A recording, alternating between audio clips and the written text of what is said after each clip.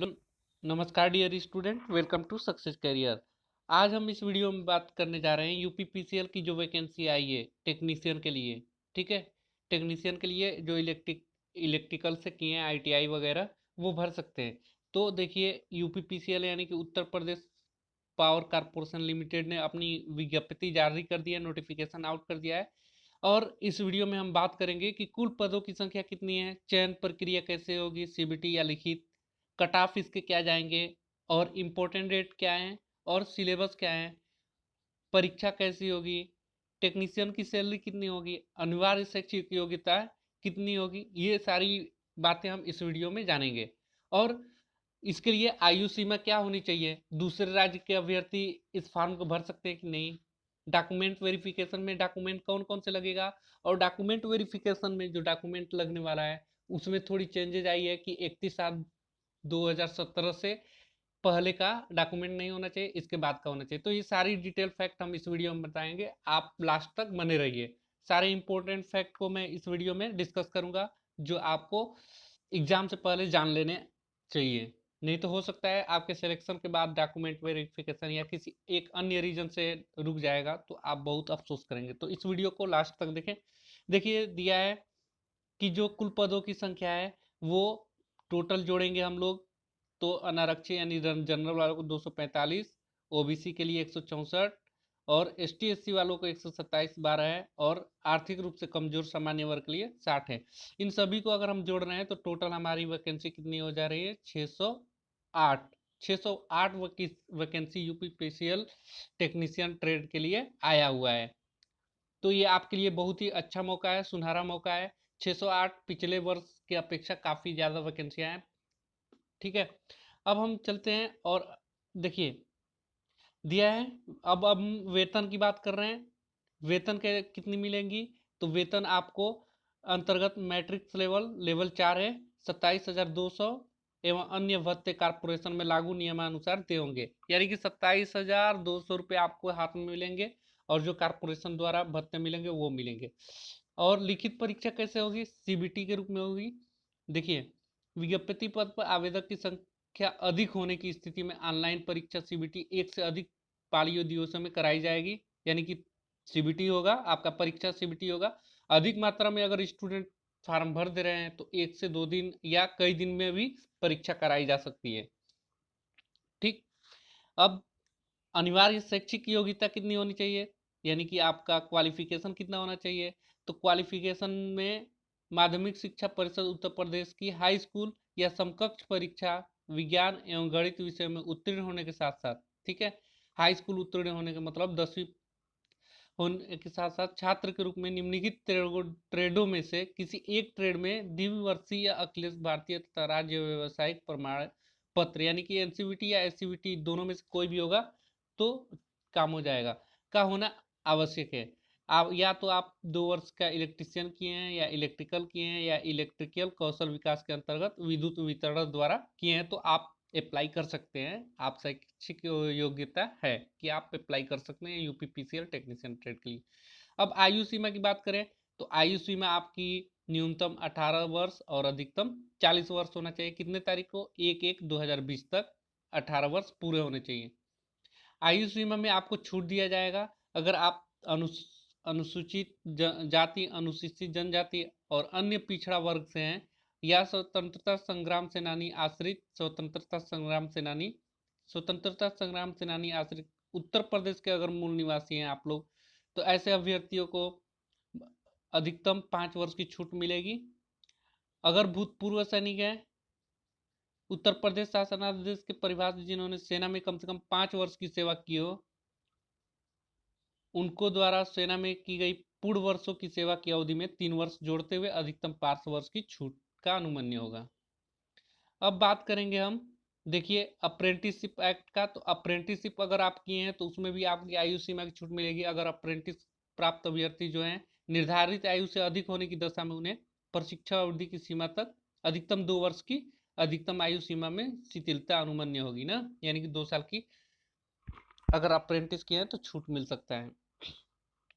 फिर आरक्षण की बात करें तो आरक्षण देखिए, आरक्षण लाभ लेने हो तो उत्तर प्रदेश के मूल निवासी होना चाहिए, तभी आप आरक्षण ले पाएंगे। अगर अदर स्टेट से हैं तो आरक्षण का कोई लाभ नहीं मिलेगा, आप जनरल से फाइट करेंगे। ठीक। अब हम बात करें आवेदन शुल्क की, तो आवेदन शुल्क जो है अनुसूचित जनजाति अनुसूचित जाति दोनों के लिए है। उत्तर प्रदेश के अगर मूल निवासी हैं तो 700 रुपये है। अगर अन्य श्रेणी यानी कि ओबीसी और जनरल वालों के लिए 1000 रुपये है। अगर आप अदर स्टेट से फॉर्म फिलअप कर रहे हैं तो आपका भी 1000 रुपये रहेगा, आप जनरल में फाइट करेंगे, चाहे आपका ST SC या ओबीसी कोई भी कास्ट हो। आवेदन शुल्क जो होगा वो banking, net banking, debit card, credit card या स्टेट बैंक ऑफ इंडिया के चालान के माध्यम से जमा कर सकते हैं आप। इसके अतिरिक्त अन्य किसी माध्यम से आवेदन शुल्क जमा नहीं होगा। तो आप, हमें सबसे ज़्यादा उम्मीद है कि लोग डेबिट कार्ड से कर लेते हैं, डेबिट कार्ड सबके पास अवेलेबल होता है, ATM कार्ड। ठीक है। अब बात करेंगे 7वें टॉपिक का, यानी कि अर्हता एवं अन्य प्रमाण पत्रों की प्रस्तुतिकरण। देखिए ये बहुत ही इंपॉर्टेंट है। क्यों? क्योंकि जो भी आप प्रमाण पत्र देने वाले हैं उसको भी इसमें देखिए वेरिफिकेशन के लिए देखिए दिया है, अभ्यर्थी द्वारा ऑनलाइन आवेदन पत्र पूर्ण करने पर लिखित परीक्षाओं में अस्थायी रूप से सम्मिलित किया जाएगा। अभ्यर्थी के मात्र लिखित परीक्षा में सम्मिलित होने से अर्हता चयन की अधिकार प्राप्त नहीं होगी। उसके लिए इसके बाद आपका जैसे ही लिखित परीक्षा होगा तो आपका डॉक्यूमेंट वेरिफिकेशन कराना पड़ेगा, जिसमें योग्यता का प्रमाण पत्र, अंक पत्र, जाति प्रमाण पत्र ना, ये सभी दिनांक 1/3/2020 के बाद जारी होने चाहिए। ये इंपॉर्टेंट है कि आपका 31/3/2020 के बाद का जारी होना चाहिए। ठीक है। मूल निवासी प्रमाण पत्र, जो मूल निवासी प्रमाण पत्र है वो 31/3/2017 के बाद का जारी होना आवश्यक है। अगर स्वतंत्रता संग्राम आश्रित प्रमाण पत्र, जिला अधिकारी के हस्ताक्षर से जारी प्रमाण पत्र जमा मान्य होगा। ठीक है। यानी कि अगर आप सेना स्वतंत्रता संग्राम सेनानी के हैं तो जिला अधिकारी का हस्ताक्षर होना चाहिए ना।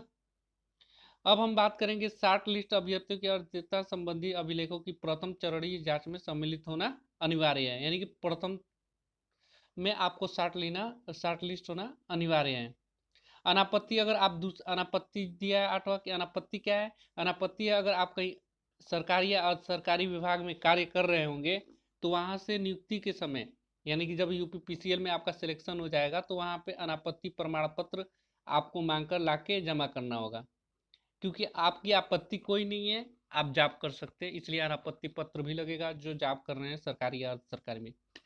रही बात चरित्र की, तो अभ्यर्थी को अपने पिछले शिक्षण संस्थान के प्रधानाचार्य अथवा दो सम्मानित व्यक्तियों जो संबंधी न हो द्वारा निर्गत चरित्र प्रमाण पत्र नियुक्ति समय प्रस्तुत करना होगा। वैवाहिक स्थिति क्या होनी चाहिए? वैवाहिक, ऐसे पुरुष या महिला जो एक से अधिक विधि विरुद्ध जीवित पति रखते हो, ऐसी महिला अभ्यर्थी जिनका विवाह विधि रूप ऐसी व्यक्ति से हुआ है जिसके पहले से एक या एक से अधिक जीवित पत्नियों चयन हेतु अर्ह नहीं होंगे। यानी कि आपकी अगर मैरिटियल स्टेटस 2 से अधिक है तो एक एक या एक से अधिक है तो आप नहीं कर सकते हैं। चयन प्रक्रिया ऑनलाइन होगी, यानी कि चयन ऑनलाइन लिखित परीक्षा CBT कंप्यूटर बेस्ड टेस्ट पर आधारित होगा। लिखित परीक्षा का प्रश्न पत्र 2 भागों का होगा जिसकी अवधि 3 घंटे की होगी। ठीक है। 3 घंटे में आपको देना होगा, जिसमें प्रथम भाग होगा वो कंप्यूटर होगा, CCC से रिलेटेड क्वेश्चन होंगे। CCC स्तर का कंप्यूटर ज्ञान संबंधी वस्तु प्रकार का प्रश्न पत्र होगा, जो कि इसमें 50 प्रश्न दिए जाएंगे। प्रत्येक प्रश्न जो होंगे 1 अंक का होगा और अधिकतम अंक कितना हो जाएगा? 50 क्वेश्चन का 50 अंक हो जाएगा। अगर आप गलत उत्तर दे रहे हैं तो एक गलत उत्तर पे निगेटिव मार्क भी है, 1/4 अंक निगेटिव मार्क आपको प्राप्त होंगे। कंप्यूटर ज्ञान को प्राथमिक भाग की परीक्षा में कम से कम 20 अंक प्राप्त करना अनिवार्य होगा। अगर आप 20 अंक से कम प्राप्त कर रहे हैं तो आप अगले स्टेप के लिए अवेलेबल नहीं हो पाएंगे और नहीं हो पाएंगे, यानी कि नेक्स्ट द्वितीय भाग का जो एग्जाम होगा उसको नहीं दे पाएंगे। तो कम से कम कंप्यूटर की ऐसी तैयारी करिए कि 50 में तो कम से कम 21 नंबर ला ही लें।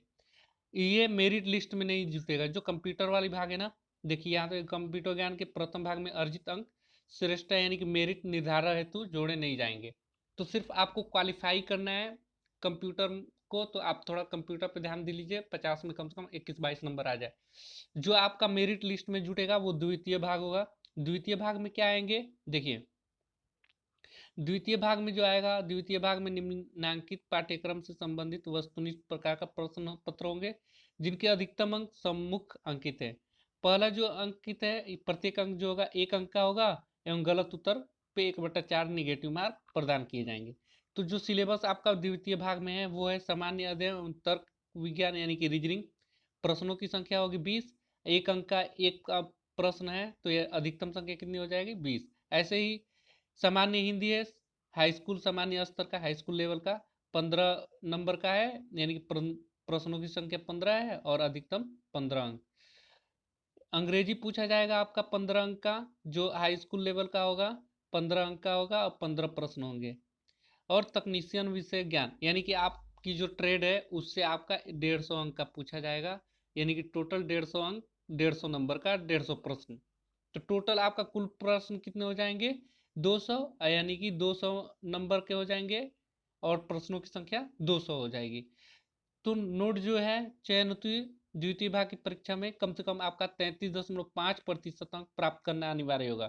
33.5% से आपका अंक कम आ रहा है तो आप मेरिट लिस्ट के लिए नहीं सूचित किए जाएंगे, शार्ट लिस्ट नहीं होंगे। अर्थात ऐसे अभ्यर्थी जो 67 अंक से कम अंक प्राप्त करेंगे चयन प्रक्रिया से बाहर हो जाएंगे।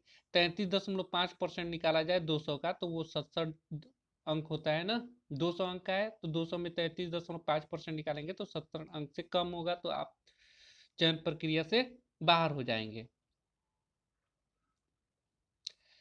फिर आपका कैसे होगा, निर्धारित प्रतिबंधों एवं अर्हताओं के अधीन द्वितीय भाग की लिखित परीक्षा हेतु निर्धारित 200 अंकों पर ही अभ्यर्थियों की अंतिम मेरिट लिस्ट बनाकर चयन प्रक्रिया संपन्न की जाएगी। ठीक है, तो ये सारी चीजें होगा।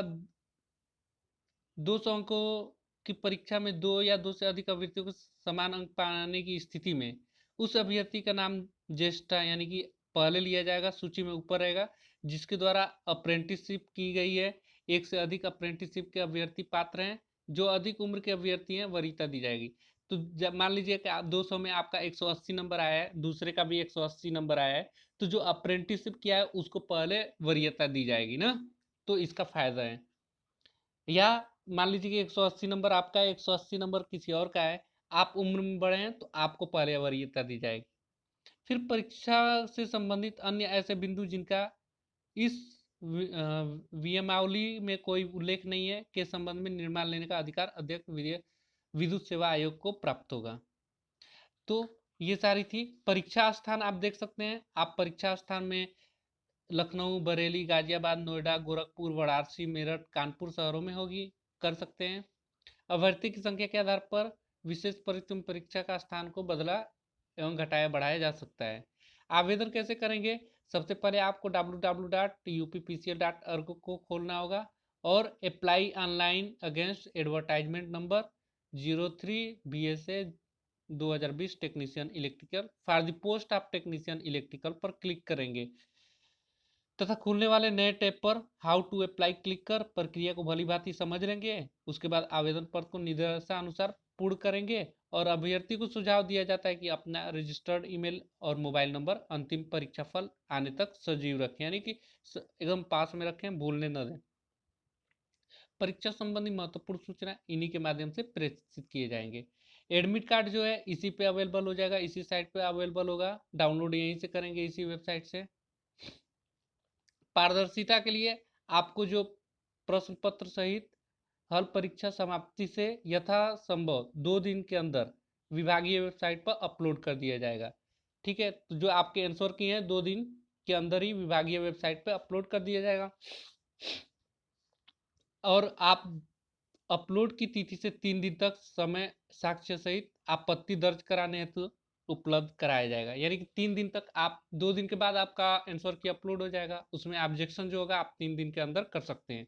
अब महत्वपूर्ण तिथियों की अगर बात कर लें तो महत्वपूर्ण तिथियां जो है आपका ऑनलाइन आवेदन पत्र पूर्ण करने की तिथि जो है 1/7/2020 से 22/7/2020 तक होगा, नहीं यानी कि 1 जुलाई से 22 जुलाई 2020 तक, 1 जुलाई से 22 जुलाई 2020 तक आप ऑनलाइन आवेदन कर सकते हैं। और जो फीस पेमेंट करेंगे net banking, credit card, debit card online द्वारा आवेदन शुल्क जमा करने की तिथि जो है 1/7/2020 से 22/7/2020 तक होगा। भारतीय स्टेट बैंक चालान द्वारा आवेदन शुल्क जमा करने की जो तिथि है, चालान दिनांक 22/7/2020 तक डाउनलोड किया जा सकता है।